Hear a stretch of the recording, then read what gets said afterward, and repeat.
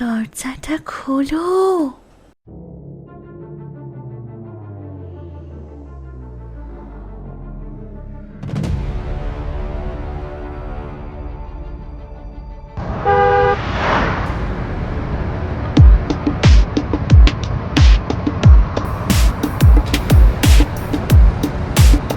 ঈদের পরদিন সকাল। রায়ান, তানভীর, নাফিসা, জিহান আর রায়ানের ছোট বোন মিতু 5 জন মিলে রওনা দিল রায়ানের দাদার গ্রামের বাড়ির উদ্দেশ্যে। যাত্রার শুরুটা ছিল আনন্দে ভরা, কিন্তু তাদের কেউই জানতো না এই পথের শেষে অপেক্ষা করছে এক ভয়ঙ্কর অন্ধকার। হাই, বলছি গ্রামে নেটওয়ার্ক আছে তো? নেট না থাকলে কিন্তু আমি যাব না। আরে আছে আছে, রিল্যাক্স করো তো। তানভীর, তুই এলি কেন? আসলে বাসাতেই তো থাকতে পারতিস। না মানে ফ্রি বিরিয়ানি আছে না, আসলে মিস করা পাপ।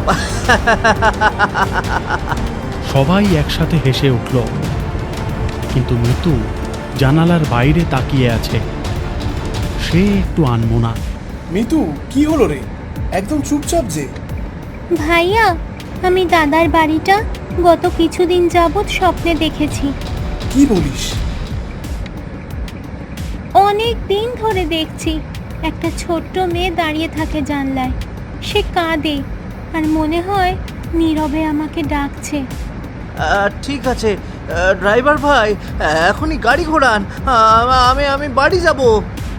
মিতু, স্বপ্ন মানে শুধু আমাদের পুরনো স্মৃতি আর কল্পনার মিশ্রণ। বৈজ্ঞানিকভাবে এর কোনো অতিপ্রাকৃত বা অলৌকিক ব্যাখ্যা নেই। মিতু আলতো করে মাথা নাড়ালো, কিন্তু তার চোখ জানালার বাইরেই আটকে রইল। জিহানের চোখে একটু গুরুত্বের আভাস। সে মিতুর কথাটা মনে মনে গেঁথে নিল।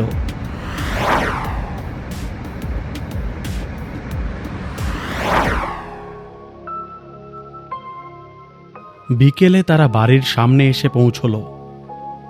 বাড়িটা দেখে সবার আড্ডার আমেজ মুহূর্তেই উধাও হয়ে গেল। ভাই, এটা বাড়ি না, এটা কোনো হরর মুভি সেট। আবার কেমন যেন একটা স্যাঁতস্যাঁতে গন্ধ। ড্রামা কমাতো তানভীর, পুরনো স্থাপত্যের বাড়ি, এরকম স্যাঁতস্যাঁতে গন্ধ থাকাটাই তো স্বাভাবিক। কিন্তু নাফিসা নিজেই একটু থমকে গেল। গন্ধটা ঠিক স্যাঁতস্যাঁতে না, অন্যরকম, একটু পোড়া পোড়া অথচ মিষ্টি মিষ্টি গন্ধ। মিতুর কাছে বাড়িটা আজ যেন কেমন অচেনা লাগছিল, অথচ ছোটবেলা থেকে সে কতবার এখানে এসেছে। কিন্তু আজকের এই অদ্ভুত অনুভূতি আগে কখনো হয়নি। যেন বাড়িটার সব কিছু আগের মতোই আছে, তবু কোথাও কিছু একটা বদলে গেছে। বাড়িটা আজ কেমন যেন অচেনা লাগছে। ঠিক তখনই করিম চাচা এগিয়ে এলেন।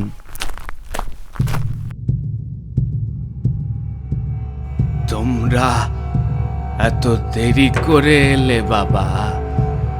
বিকেল তো প্রায় শেষ, এখানে তো রাতে থাকা যাবে না, এখনই ফিরে যাও। কি বলছেন চাচা? এটা তো আমাদেরই দাদার বাড়ি, আর আমরা তো পুরো ঈদের ছুটি কাটাতে এসেছি। ফিরে যাব কেন? তোমরা বুঝবে না বাবা, এই বাড়ির হাওয়া ভালো না। সূর্য ডুবলে এখানকার নিয়ম বদলে যায়। যদি থাকতেই হয় তবে একটা শরৎ মেনে থাকতে পারো। আমাদের বাড়িতে আমাদেরকে শর্ত মেনে থাকতে হবে? চাচা, আপনি আসলে কি বলতে চাইছেন একটু ক্লিয়ার করে বলুন তো। ওই পূব দিকের ঘরটার আশেপাশেও কেউ যাবে না। ওই ঘরে যা তালা বন্ধ আছে সে বের হওয়ার জন্য ছটফট করছে। একবার যদি সে বের হতে পারে তবে তোমাদের কাউকেই আর অক্ষত ফেরানো যাবে না। চাচা, আপনি কি কোনো গ্যাস লিক বা পুরনো সিলিং ফ্যানের কথা বলছেন? বৈজ্ঞানিক বা অন্য কোনো সমস্যা থাকলে তো সোজা করে বললেই হয়। না মা, বিজ্ঞান দিয়ে সব অন্ধকার মাপা যায় না। তোমরা আমার কথা না শুনলে বড় ভুল করবে। নাফিসা আর তর্ক করল না, সবাই বাড়ির ভেতরে ঢুকে গেল। জিহান ড্রয়িং রুমের পুরনো বইয়ের তাকে একটা ডায়েরি দেখতে পেল। ওপরে লেখা রহিম সাহেবের ডায়েরি 1972। সে ডায়েরিটা হাতে নিয়ে এগিয়ে গেল, যা আর কেউ খেয়াল করেনি। সন্ধ্যায় বারান্দায় আড্ডা জমে উঠল। করিম চাচা গরম চা এনে দিলেন। ভাই, এই চাটা জাস্ট অসাধারণ। কিন্তু সত্যি বলতে এই বাড়িটা আমার একদম ভালো লাগছে না ভাই। তোর সব জায়গাতেই ভালো লাগে না। এবারটা সিরিয়াসলি বলছি, মনে হচ্ছে কেউ একজন সারাক্ষণ আমাদের উপর নজর রাখছে। তারপর দূর থেকে একটা শব্দ ভেসে এলো, খুব মৃদু, কোনো ছোট বাচ্চার কান্নার শব্দের মতো, যেন দেয়ালের ওপাশ থেকে আসছে। শুনতে পাচ্ছিস তোরা? কিসের শব্দ এটা? কেউ একজন কাঁদছে। আমি তো কিছু শুনছি না, হয়তো দূরের কোনো বাড়ি থেকে বাতাস ভেসে আসছে। রায়ন, পূব দিকের ঘর কোনটা রে? ওই যে একদম কোণের ঘরটা। কেন? ওই দরজাটার দিকে তাকা। সবাই সেদিকে তাকালো। বন্ধ দরজার সামনে একটা ছায়া মূর্তি দেখা যাচ্ছে। কেউ একজন দাঁড়িয়ে আছে। মুখটা স্পষ্ট নয়, কিন্তু একটা ছোট অবয়ব পরিষ্কার দেখা যাচ্ছে। ছায়াটা নড়ছে না, শুধু স্থির হয়ে দাঁড়িয়ে। ওকে আমি চিনি। আমার স্বপ্নে ওই ওই জানলায় দাঁড়িয়ে থাকে। ধুর, আমি দেখছি গিয়ে। চাঁদের আলোর কারণে কোনো রিফ্লেকশন পড়েছে ওখানে। ঠিক তখনই ছায়াটা নড়ে উঠল, একটু একটু করে, যেন কেউ পেছনের অন্ধকারে সরে যাচ্ছে। নাফিসা মাঝপথেই থমকে গেল। দেখলে, রিফ্লেকশন ছিল, আলো সরতেই চলে গেছে। কিন্তু এবার নাফিসার গলাটা সামান্য কাঁপল, যা সে বাকিদের বুঝতে দিতে চাইল না।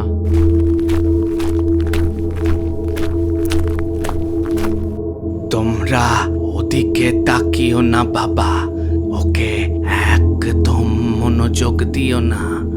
চাচা, সত্যি করে বলুন তো, ওখানে কে আছে? ছিল, একজন ছিল, অনেক দিন ধরেই আছে।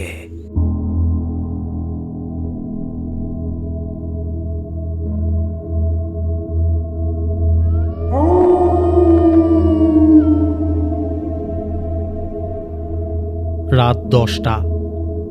রাতের খাবার শেষ করে সবাই ছাদে এসে বসেছে। আকাশে চাঁদের আলো, অথচ চারপাশটা অদ্ভুতভাবে থমথমে, নীরব, যেন পুরো বাড়িটা নিঃশ্বাস আটকে আছে। ভাই রায়ান, সত্যি করে বলতো, ওই ঘরে আসলে কি আছে? সত্যি বলছি ভাই, আমি নিজে কিচ্ছু জানি না। দাদা বেঁচে থাকতে কখনো এই ঘরের ব্যাপারে আমাদের কিচ্ছু বলেননি। আমার মনে হয় আমাদের রহস্যটা জানা উচিত। সন্ধ্যায় জানালায় যা দেখেছি তার পেছনে একটা ব্যাখ্যা থাকতেই হবে। আমি সেটা কালই খুঁজে বের করব। আমিও একমত, তবে রাতে না, যা করার কাল সকালে করব। মিতু এতক্ষণ একটা কোণায় চুপচাপ দাঁড়িয়েছিল।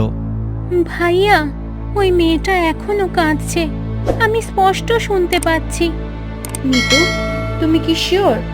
আমরা তো কেউ কিছুই শুনতে পাচ্ছি না। তুমি শুনতে পাবে না নাফিসা আপু, সে তো শুধু আমাকেই ডাকছে। নাফিসা কিছু বলতে গিয়েও থেমে গেল। মিতুর কণ্ঠস্বরে এমন এক অদ্ভুত নিশ্চয়তা ছিল, যা সবাইকে ভেতরে ভেতরে কাঁপিয়ে দিল। শোন ভাই, যাই হোক, কেউ একা যাবি না কোথাও, সবাই একসাথে থাকবো, বুঝলি?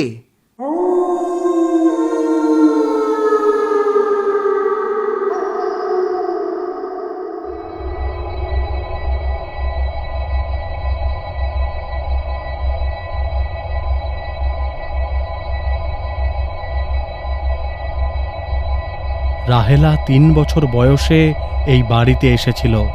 এতিম মেয়েটা এখানেই বড় হয়েছে। সে একদম আমার নিজের মেয়ের মতোই ছিল। রাহেলা মারা গেছে ওই পূবের দিকের ঘরে, একদম একা। সেই রাতে আমাদের বাড়িতে আগুন লেগেছিল। আমরা প্রাণ বাঁচাতে সবাই বাইরে বেরিয়ে গিয়েছিলাম, কিন্তু রাহেলাকে সাথে করে নিয়ে যাওয়ার কথা কারও মনে ছিল না। দরজার লক আটকে গিয়েছিল। আমরা জানতামই না সে ভেতরে আটকা পড়েছে। জিহান পড়া থামালো। ভয়ে তার হাতের তালু ঠান্ডা হয়ে গেছে। রাহেলা আমাদের ক্ষমা করেনি। ওই বন্ধ ঘর থেকে এখনো অদ্ভুত শব্দ আসে। যে ওই ঘরে ঢোকে সে রাহেলাকে দেখতে পায়। রাহেলা তাদের নিজের দিকে টানে, কিন্তু রাহেলা এখন ভয়ঙ্কর। কারণ এত বছর একা থাকতে থাকতে সে আর মানুষ চেনে না। সে ভালোবাসতে চায়, কিন্তু তার সেই ভালোবাসা এখন ঘন অন্ধকারে ভরা। ঘরটা সব সময় বন্ধ রেখো। ওর ভেতরের সত্তা বাইরে বের হতে চায়। বের হলে সে কাউকে বেছে নেয়, কিন্তু সেই মানুষটা তখন আর নিজে থাকে না। রিয়া তার আসল নাম নয়, তার আসল নাম রাহেলা। বহু বছর ধরে সে এই ঘরেই আটকে আছে। যদি কেউ তার কষ্ট বুঝে, তাকে সত্যি মনে তার আসল নাম ধরে ডাকে, তবে হয়তো সে মুক্তি পেতে পারে। কিন্তু সাবধান, তার আগেই রাহেলা একজনকে বেছে নেয়, যাকে সে স্বপ্নে বারবার ডাকে। ধীরে ধীরে নিজের কাছে টেনে আনে। জিহান পড়া থামিয়ে মিতু আর নাফিসার ঘরের দিকে একবার ঘুরে আসবে বলে ঠিক করে। বুকে একটা ভয়ানক সন্দেহ জমে উঠেছে। সে তড়িঘড়ি করে উঠে দাঁড়ালো রায়ানকে ডাকবে বলে, কিন্তু ঠিক তখনই সে শব্দটা শুনতে পেল। জিহানের শরীর জমে গেল। সে এক পাও নড়তে পারছে না। শব্দটা ঠিক জিহানের ঘরের দরজার ওপাশে এসে থামল। তারপর দরজার নিচ থেকে একটা ঠান্ডা দীর্ঘ নিঃশ্বাসের শব্দ ভেসে এলো। দরজাটা খোলো। ঠিক তখনই রায়ান পেছন থেকে এসে জিহানের কাঁধে হাত রাখল। জিহান, এত রাতে তুই এখানে দাঁড়িয়ে কি করছিস?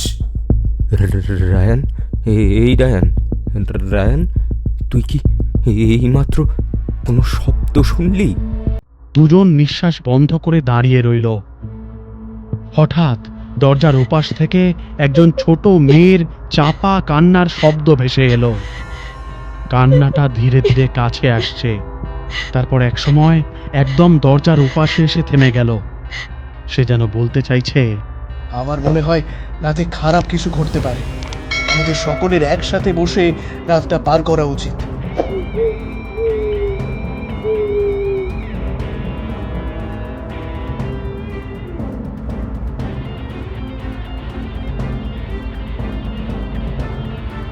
রায়ানের দাদা ডায়েরিতে লিখেছেন 50 বছর আগে এই বাড়িতে একটা ছোট মেয়ে থাকত। নাম ছিল রাহেলা। মেয়েটা এতিম ছিল। রায়ানের দাদা তাকে এখানে আশ্রয় দিয়েছিলেন। কিন্তু জিহান ভাইয়া, আমি তো ছোটবেলা থেকেই কতবার এই বাড়িতে এসেছি। আব্বু বা দাদু তো কখনো আমাদের এই রাহেলার কথা বলেনি।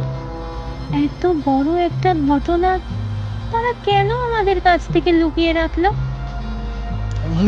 তার মানে একটু আগে আমাদের দরজার বাইরে যে কাঁদছিল, এই রাহেলা। একদিন রাতে এই বাড়িতে আগুন লেগেছিল। সবাই তাড়াহুড়ো করে বাইরে বেরিয়ে যায়, কিন্তু রাহেলা তখনও পূব দিকের ঘরে ঘুমাচ্ছিল। ঘরের দরজা বাইরে থেকে লক হয়ে যায়। কেউ জানতো না সে ভেতরে আছে। রাহেলা ওই ঘরের ভেতরে একা মারা যায়, আর সে এই পরিবারকে ক্ষমা করেনি। ডায়েরিতে আর কি লেখা আছে জিহান ভাইয়া? ডায়েরিতে লেখা ছিল রাহেলা আগে থেকেই কাউকে বেছে নেয়, তারপর স্বপ্নের মধ্যে দিয়ে ধীরে ধীরে তার কাছে আসে, তার সাথে মিশে যায়। একসময় সেই মানুষটার ভেতরেই থাকতে শুরু করে। একটা ভারী নীরবতা নামল টেবিলে। সবাই মিতুর দিকে তাকালো। মিতু চুপচাপ বসে আছে। তার মুখে কোনো ভয় নেই। ঠিক তখনই দূর থেকে আবার সেই কান্নার শব্দটা ভেসে এলো। তবে এবার শব্দটা অনেক স্পষ্ট আর কাছাকাছি। মিতু সম্মোহিতের মতো সোজা হয়ে বসলো। স্বপ্নে সে আমাকে রিয়া বলে ডাকতো আর বলতো, তুমি কি আমার আসল নাম জানো? ঠিক তখনই দূর থেকে আবার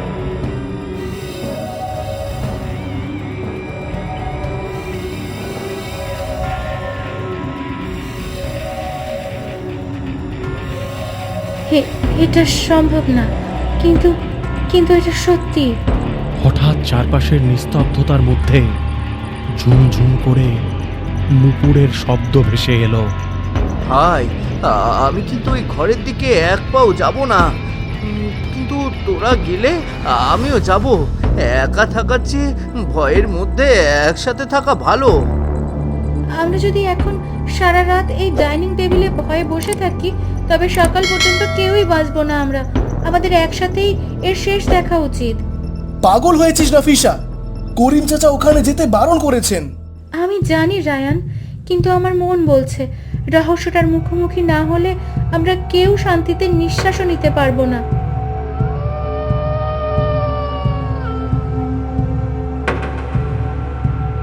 নাফিসার জেদ দেখে সবাই বাধ্য হয়ে একসাথে এগোলো। পূব দিকের ঘরের দরজার সামনে এসে দাঁড়ালো তারা।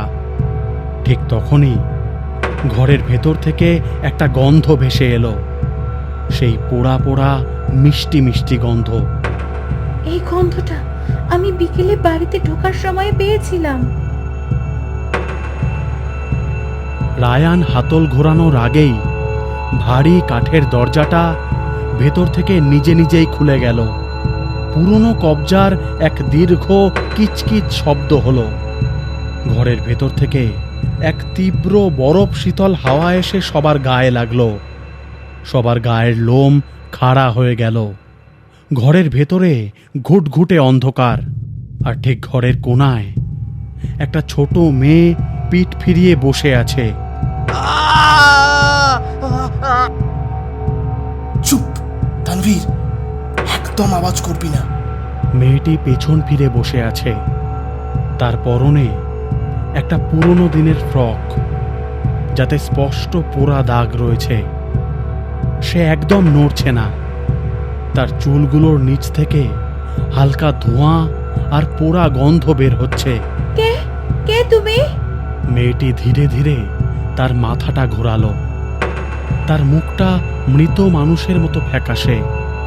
চোখের মণি দুটো সম্পূর্ণ সাদা, তাতে কোনো আলো নেই। কিন্তু তার ঠোঁটের কোণায় ফুটে আছে এক অস্বাভাবিক শান্ত হাসি, যেটা কোনো শিশুর হাসির মতো লাগছে না। তোমরা শেষ পর্যন্ত এলে তাহলে? আমি কত বছর ধরে তোমাদের জন্য অপেক্ষা করছি। তুমি তুমি কি রিয়া? তোমার দাদা আমাকে রিয়া বলে ডাকতেন, কিন্তু ওটা তো আমার আসল নাম না। তুমি তুমি কি সেই রাতে এই ঘরের ভেতর আগুনে পুড়ে মারা গিয়েছিলে? রিয়া নাফিসার দিকে তাকালো, কিন্তু কোনো উত্তর দিল না। তার সেই পলকহীন দৃষ্টির দিকে তাকিয়ে নাফিসা যেন সম্মোহিত হয়ে গেল। সে চোখ সরাতে পারছে না। তুমি এই অন্ধকার ঘরের ভেতর কতদিন ধরে আছো? 50 বছর, পুরো 50 বছর আমি একা। তুমি কি আমাকে চেনো? রিয়া মিতুর দিকে তাকালো। প্রথমবার তার সেই শূন্য সাদা চোখে একটা অদ্ভুত আলোর রেখা দেখা গেল। তুমি তো স্বপ্নে আমার কাছে আসতে মিতু। আমি তো তোমাকে এই বাড়িতে ডেকে এনেছি। মিতু, মিতু ওর কাছে যাস না। তুমি আমাদের কাছ থেকে কি চাও রিয়া? আমি আর এই অন্ধকারে একা থাকতে পারছি না। আমি শুধু একটু বাইরে যেতে চাই তোমাদের সাথে। না, ওকে ওকে ঘর থেকে বের হতে দিও না। দরজা বন্ধ করো। চাচা শান্ত হন, এটা তো একটা ছোট বাচ্চার আত্মা। আমি জানি রে বাবা, আমি চিনি ওকে। 50 বছর আগের সেই অভিশপ্ত রাতে আমিও এই বাড়িতে ছিলাম। আগুন লাগার পর আমিও ভয়ে বাইরে পালিয়ে গিয়েছিলাম। আমিও দেখিনি যে এই কচি মেয়েটা ভেতরে ঘুমিয়ে আছে। করিম চাচার কথা শুনে সবাই স্তব্ধ হয়ে গেল। নিজের পাপের প্রায়শ্চিত্ত করতে আমি 50 বছর ধরে এই ভুতুড়ে বাড়ি আগলে বসে আছি। তখন ওকে একা ফেলে গিয়েছিলাম, তাই এখন আর ওকে ছেড়ে যেতে পারি না। কিন্তু ওকে এই ঘর থেকে বের হতে দেওয়া যাবে না বাবা। ওর ভেতরের ক্ষোভ অনেক বেশি। সে মুক্তি চায় না, সে সঙ্গী চায়। আর সেই সঙ্গী যদি মৃত্যু হয়, তবে মৃত্যু আর কোনোদিন মৃত্যু থাকবে না। আপনি আপনি এত বছর ধরে এই নরকে একা আছেন শুধু এই মেয়েটার জন্য? এটা আমার পাপের শাস্তি মা। আমার এখানেই থাকার কথা ছিল। রিয়া এখনো ঘরের কোণায় স্থির দাঁড়িয়ে। তার মুখের সেই চিলতে হাসিটা একটুও বদলায়নি, কিন্তু তার চোখের মণি দুটো টকটকে লাল হতে শুরু করেছে। ভাইয়া, আমি রিয়ার সাথে যেতে চাই। ও খুব একা। মিতুর গলার আওয়াজটা আর মিতুর মতো শোনালো না। রায়ান চমকে উঠে মিতুর দিকে তাকালো। দেখা গেল মিতুর চোখ দুটো ঠিক রাহেলার মতো স্থির হয়ে গেছে। সে চোখের পলক ফেলছে না। রায়ান, রায়ান রিয়া মিতুর ভেতরে আগে থেকেই আছে। স্বপ্নের মধ্যে দিয়ে ঢুকেছে, ডায়েরিতে তাই লেখা ছিল।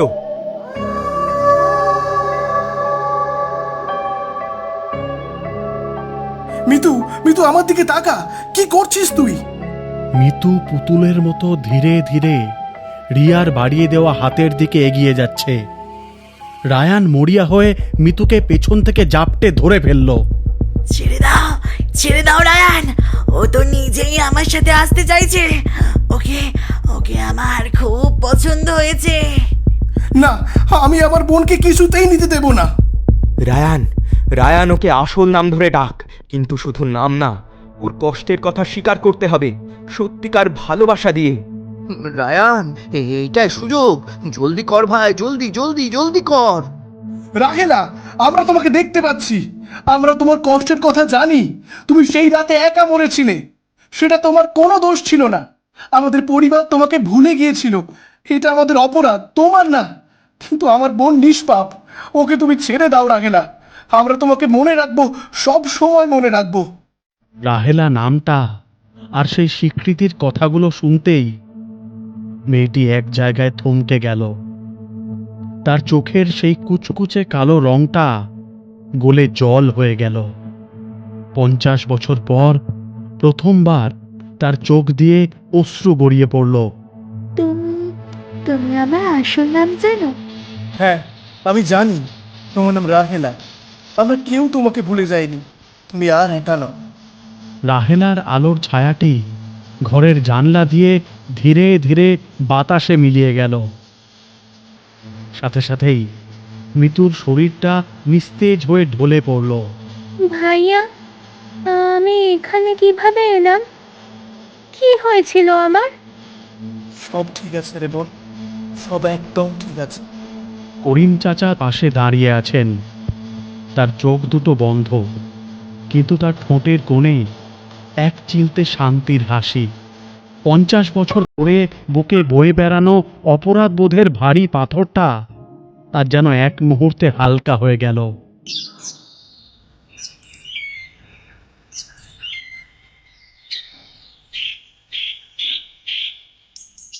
পুরো ঘরটা এখন একদম শান্ত।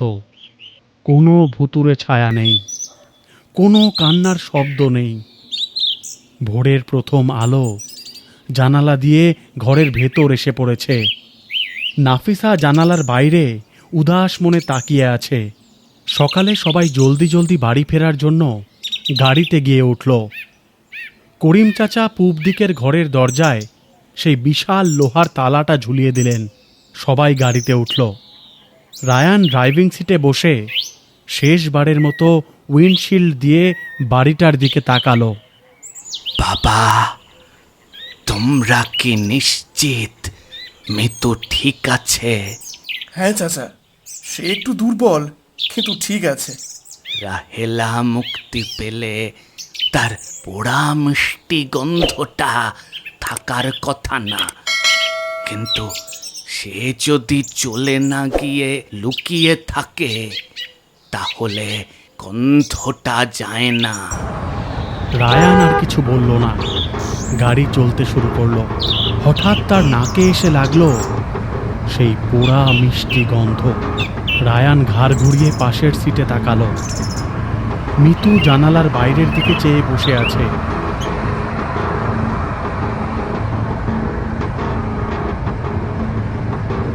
মিতু ধীরে ধীরে মুখ ফেরালো। তার চোখে রায়ান দেখল সেই পরিচিত বোনকে, কিন্তু ঠোঁটের কোণে ফুটে আছে একটা অদ্ভুত অচেনা হাসি। ভাইয়া, বাইরে পৃথিবীটা এত সুন্দর, আমি আগে কখনো দেখিনি। রায়ান তার দিক থেকে চোখ সরিয়ে নিল। সে গাড়ি থামালো না, সে পেছনে তাকালো না, সে শুধু সামনের দিকে তাকিয়ে রইল। কারণ কিছু সত্যি আছে যেগুলো জানলে আর ফেরা যায় না।